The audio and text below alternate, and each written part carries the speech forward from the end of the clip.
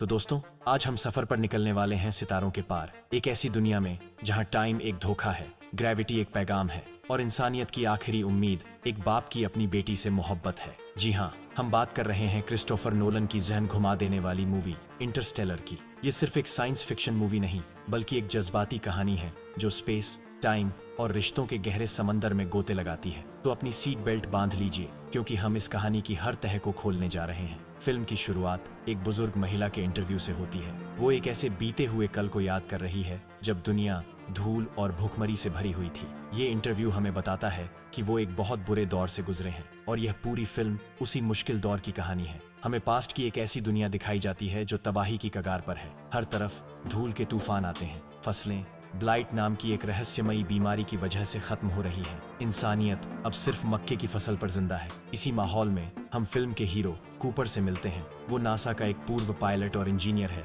लेकिन आज के हालात ने उसे एक किसान बना दिया है। वो अपने दो बच्चों टॉम और मर्फी और अपने ससुर डोनाल्ड के साथ रहता है। कूपर के दिल में एक बेचैनी है। वो आसमान के लिए बना था, लेकिन अब धरती की धूल में काम करने को मजबूर है। उसका बेटा टॉम उसी की तरह किसान बनना चाहता है, लेकिन उसकी बेटी मर्फ बिल्कुल अपने पिता जैसी है, तेज दिमाग, जिज्ञासु और साइंस में दिलचस्पी रखने वाली। हमें समाज की पिछड़ी सोच का अंदाजा तब होता है जब कूपर को मर्फ के स्कूल बुलाया जाता है। टीचर्स शिकायत करते हैं कि मर्फ अपनी किताबों में यह पढ़कर आई है कि इंसान चांद पर गया था, जबकि स्कूल का नया सिलेबस यह सिखाता है कि अपोलो मिशन एक धोखा था। सरकार चाहती है कि बच्चे अंतरिक्ष के सपने देखने के बजाय सिर्फ किसान बने। कूपर गुस्से से कहता है, हम ऊपर देखने और तारों में अपनी जगह ढूंढने के आदी थे, लेकिन अब हम बस नीचे देखते हुए धूल में अपनी जगह की चिंता करते हैं। इसी बीच मर्फ अपने पिता को बताती है कि उसके कमरे में एक भूत है जो उसकी बुक शेल्फ से किताबें गिराता है। कूपर, जो विज्ञान पर यकीन करता है, इस बात को नहीं मानता। एक दिन एक जबरदस्त धूल का तूफान आता है। तूफान के बाद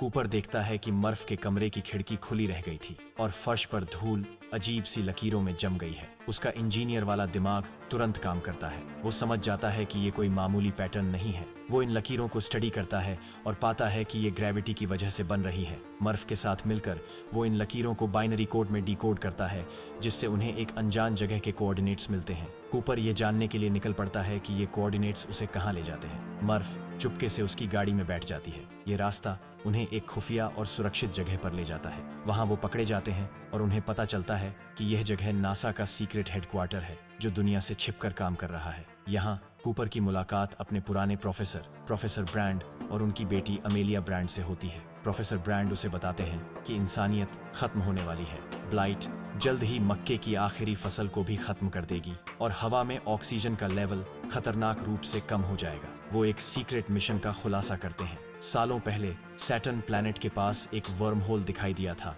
जो एक बिल्कुल नई गैलेक्सी का रास्ता है। नासा का मानना है कि यह किसी बहुत उन्नत सभ्यता, जिसे वो दे कहते हैं, ने इंसानों के लिए बनाया है। नासा ने इस वर्म होल के जरिए 12 एस्ट्रोनॉट्स को लैजरस मिशन पर भेजा था, ताकि वो रहने लायक ग्रह खोज सके। उनमें से 3 ग्रहों मिलर, एडमंड्स और मान से पॉजिटिव सिग्नल मिले हैं। अब नासा एंड्योरेंस नाम का एक आखिरी स्पेसशिप भेज रहा है ताकि इन ग्रहों की जांच की जा सके, और उन्हें इसे उड़ाने के लिए कूपर जैसे पायलट की जरूरत है। प्रोफेसर ब्रैंड 2 प्लान बताते हैं। प्लान ए, वो धरती पर ग्रेविटी की एक बहुत मुश्किल इक्वेशन को सुलझाने की कोशिश कर रहे हैं। अगर वो कामयाब हो गए तो वो पूरी इंसानी आबादी को बड़े बड़े स्पेस स्टेशनों में बिठाकर धरती से निकाल सकेंगे। प्लान बी, अगर प्लान ए फेल हो जाता है तो एंड्योरेंस मिशन अपने साथ इंसानों के 5000 फ्रोजन एम्ब्रियो ले जाएगा, ताकि एक नए ग्रह पर इंसानी नस्ल को फिर से शुरू किया जा सके। इस प्लान का मतलब था कि धरती पर मौजूद सभी लोग मारे जाएंगे। कूपर एक भयानक कश्मकश में फंस जाता है। एक तरफ उसके बच्चे हैं,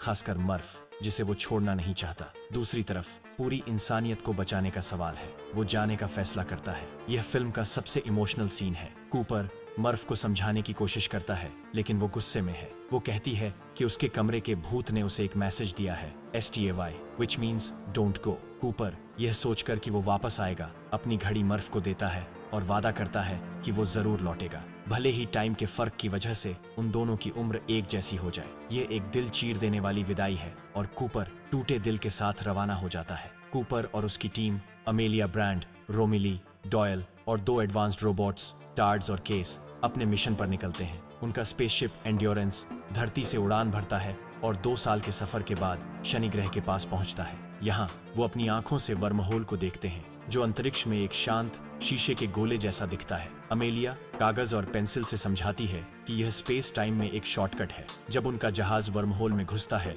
तो स्पेस और टाइम अजीब तरह से मुड़ जाते हैं। इसी दौरान अमेलिया को महसूस होता है कि किसी अनदेखी शक्ति ने उसका हाथ थामा है। यह दे के साथ उनका पहला संपर्क था। वर्महोल से निकलकर वो एक नई अनजान गैलेक्सी में है, जिसके बीच में एक बहुत बड़ा ब्लैक होल गारगेंचुआ चमक रहा है। उनके सामने 3 संभावित दुनियाएं हैं। उनका असली सफर अब शुरू होता है। नई गैलेक्सी में पहुंचकर टीम को पहला फैसला करना है, किस ग्रह पर पहले जाए। मिलर का ग्रह सबसे पास है, लेकिन वो गारगेंचुआ ब्लैक होल के बहुत ज्यादा करीब है। रोमिली समझाता है कि ब्लैक होल की जबरदस्त ग्रेविटी की वजह से वहां टाइम डायलेशन का असर होगा, यानी उस ग्रह पर गुजरा हुआ हर एक घंटा धरती के 7 साल के बराबर होगा। कूपर इस खतरे की वजह से वहां जाने से हिचकिचाता है, क्योंकि वो अपने बच्चों के पास जल्दी लौटना चाहता है। लेकिन क्योंकि मिलर के ग्रह से डेटा सबसे अच्छा आ रहा है, टीम वहां एक छोटे मिशन पर जाने का फैसला करती है। कूपर, अमेलिया और डॉयल एक छोटे जहाज रेंजर में नीचे जाते हैं, जबकि रोमिली एंड्योरेंस पर ही रुकता है।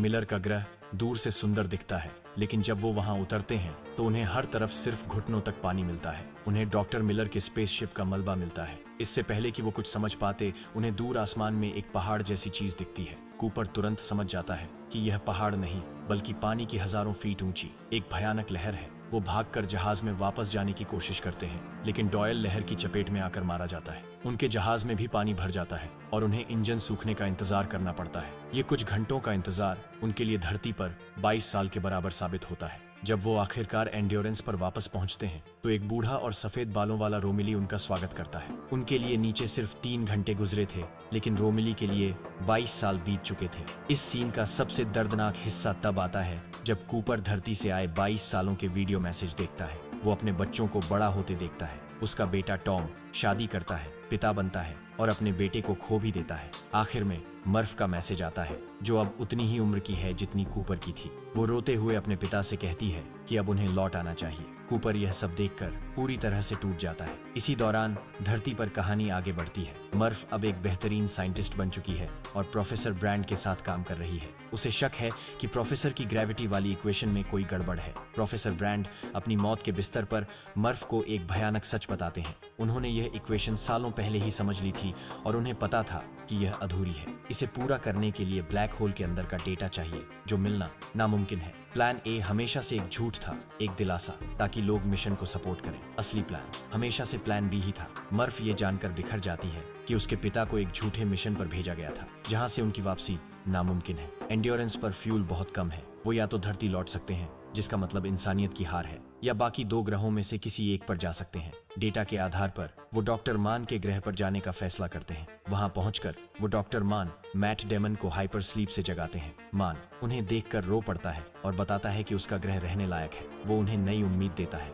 जल्द ही कूपर को पता चलता है कि डॉक्टर मान झूठ बोल रहा है। उसका ग्रह बंजर और रहने के लायक नहीं है। मान ने झूठा डेटा सिर्फ इसलिए भेजा था ताकि कोई उसे बचाने आ जाए। वो अकेलेपन और मौत के डर से पागल हो चुका था। जब उसका राज खुलता है तो वो कूपर पर हमला करता है। उसका हेलमेट तोड़कर उसे मरने के लिए छोड़ देता है और उनका एक जहाज लेकर एंड्योरेंस की तरफ भागता है। इसी बीच उसका लगाया हुआ एक बम फट जाता है, जिससे रोमिली मारा जाता है। अमेलिया कूपर को बचा लेती है और वो दूसरे जहाज में मान का पीछा करते हैं। मान जबरदस्ती एंड्योरेंस से जुड़ने की कोशिश करता है, लेकिन गलत डॉकिंग की वजह से एक धमाका होता है, जिसमें वो मारा जाता है। धमाके से एंड्योरेंस बुरी तरह डैमेज हो जाता है और बेकाबू होकर घूमने लगता है। यहाँ फिल्म का सबसे रोमांचक सीन आता है, जहां कूपर अपने जहाज को उस तेजी से घूमते हुए एंड्योरेंस के साथ जोड़ने का नामुमकिन काम कर दिखाता है। वो कामयाब हो जाता है, लेकिन अब उनके पास धरती या एडमंड्स के ग्रह तक पहुंचने के लिए फ्यूल नहीं बचा है। बचने का सिर्फ एक ही रास्ता है, गारगेंचुआ ब्लैक होल की ग्रेविटी को एक गुलेल की तरह इस्तेमाल करके खुद को एडमंड्स के ग्रह की तरफ फेंकना। लेकिन इसके लिए जहाज का वजन कम करना होगा। कूपर एक कुर्बानी का प्लान बनाता है। वो और रोबोट टार्ड्स अपने छोटे जहाजों को सही वक्त पर अलग कर देंगे, ताकि उनके वजन की कमी से एंड्योरेंस को जरूरी रफ्तार मिल सके। इसका मतलब था कि वो दोनों ब्लैक होल में गिर जाएंगे। अमेलिया को अलविदा कहकर कूपर अपना जहाज अलग कर लेता है। कूपर और टार्ड्स ब्लैक होल के इवेंट होराइजन, वो सीमा जहां से कुछ वापस नहीं आ सकता, को पार करते हैं। कूपर का जहाज टूट जाता है, लेकिन वो मरता नहीं। वो खुद को एक ऐसी जगह पाता है जो इंसानी सोच से भी परे है। ये एक अनंत कई डायमेंशंस वाली जगह है जो असल में मर्फ के बचपन के कमरे की लाइब्रेरी जैसी दिखती है। वो वक्त को एक फिजिकल चीज की तरह देख सकता है जहां अतीत, वर्तमान और भविष्य एक साथ मौजूद है। इस जगह को टेसरेक्ट कहते हैं। टार्ड्स जो बच गया है कूपर से संपर्क करता है। वो बताता है कि यह टेसरेक्ट भविष्य के इंसानों ने बनाया है, जिन्हें वो दे कहते थे। कोई एलियन नहीं बल्कि इंसानों की ही एक विकसित पीढ़ी है जो 5वें डायमेंशन को कंट्रोल कर सकती है। उन्होंने यह जगह कूपर के लिए बनाई ताकि वो अतीत से जुड़ सके। कूपर को एहसास होता है कि मर्फ के कमरे का भूत हमेशा से वही था जो ग्रेविटी के जरिए किताबें गिरा रहा था, जिसने धूल में कोऑर्डिनेट्स बनाए थे और जिसने STAY का मैसेज भेजा था। वो समझ जाता है कि वो अतीत को बदल नहीं सकता लेकिन उसे प्रभावित जरूर कर सकता है। कूपर को अपना असली मकसद समझ आता है। उसे ब्लैक होल के अंदर से मिला क्वांटम डेटा मर्फ तक पहुंचाना है ताकि वो ग्रेविटी की इक्वेशन को हल कर सके। वो ग्रेविटी की तरंगों का इस्तेमाल करके उस घड़ी की सेकंड वाली सुई में डेटा को मोर्स कोड के जरिए भेजता है जो उसने मर्फ को दी थी। धरती पर बड़ी हो चुकी मर्फ जो लगभग हार मान चुकी है अपने पुराने कमरे में आती है। वो घड़ी की सुई को अजीब तरह से हिलते देखती है और तुरंत समझ जाती है ये उसका पिता है जो वक्त और अंतरिक्ष के पार से उससे बात कर रहा है। वो डेटा को लिख लेती है और इक्वेशन हल कर लेती है। प्लान ए कामयाब हो जाता है। अपना काम पूरा करने के बाद टेसरेक्ट बंद हो जाता है और कूपर को वर्महोल के जरिए हमारे सोलर सिस्टम में वापस भेज दिया जाता है। उसकी आंख एक हॉस्पिटल में खुलती है। ये हॉस्पिटल एक बहुत बड़े सिलेंडर जैसे स्पेस स्टेशन पर है जिसका नाम कूपर स्टेशन है। इंसानियत बच गई है और अब लोग सैटर्न प्लैनेट के पास ऐसे ही कई स्टेशनों में रहती है। उसे बताया जाता है कि उसकी बेटी मर्फ उससे मिलने आ रही है। कूपर बेसब्री से इंतजार करता है लेकिन जब वो आती है तो वो 100 साल से भी ज्यादा उम्र की मौत के बिस्तर पर लेटी एक बुजुर्ग औरत होती है। ये एक इमोशनल मुलाकात होती है। मर्फ जो अपने परिवार से घिरी हुई है कूपर से कहती है कि किसी भी पिता को अपने बच्चों को मरते हुए नहीं देखना चाहिए। वो उसे कहती है अब तुम जाओ। वो उसे याद दिलाती है कि अमेलिया ब्रांड एक नई गैलेक्सी में एक नए ग्रह पर अकेली है। कूपर को अपना नया मकसद मिल जाता है। उसकी जगह उस अतीत में नहीं जो उसने बचाया बल्कि उस भविष्य में है जिसे अभी खोजना बाकी है। आखिरी सीन में हम देखते हैं कि अमेलिया ब्रांड एडमंड्स के ग्रह पर एक छोटा सा कैंप लगा चुकी है। यह ग्रह रहने लायक है। उसने अपने साथी एडमंड्स को दफना दिया है लेकिन वो इंसानियत के भविष्य को बचाने के लिए तैयार है। फिल्म का अंत कूपर के साथ होता है जो टार्ड्स के साथ एक जहाज लेकर अमेलिया को ढूंढने के लिए एक बार फिर तारों के सफर पर निकल पड़ता है। यह एक उम्मीद भरा अंत है जो बताता है कि इंसान की खोज और आगे बढ़ने की इच्छा कभी खत्म नहीं होती। दोस्तों, अगर आपको यह वीडियो पसंद आया तो हमारे चैनल फिल्मी यात्रा को सब्सक्राइब और वीडियो को लाइक और शेयर जरूर करें।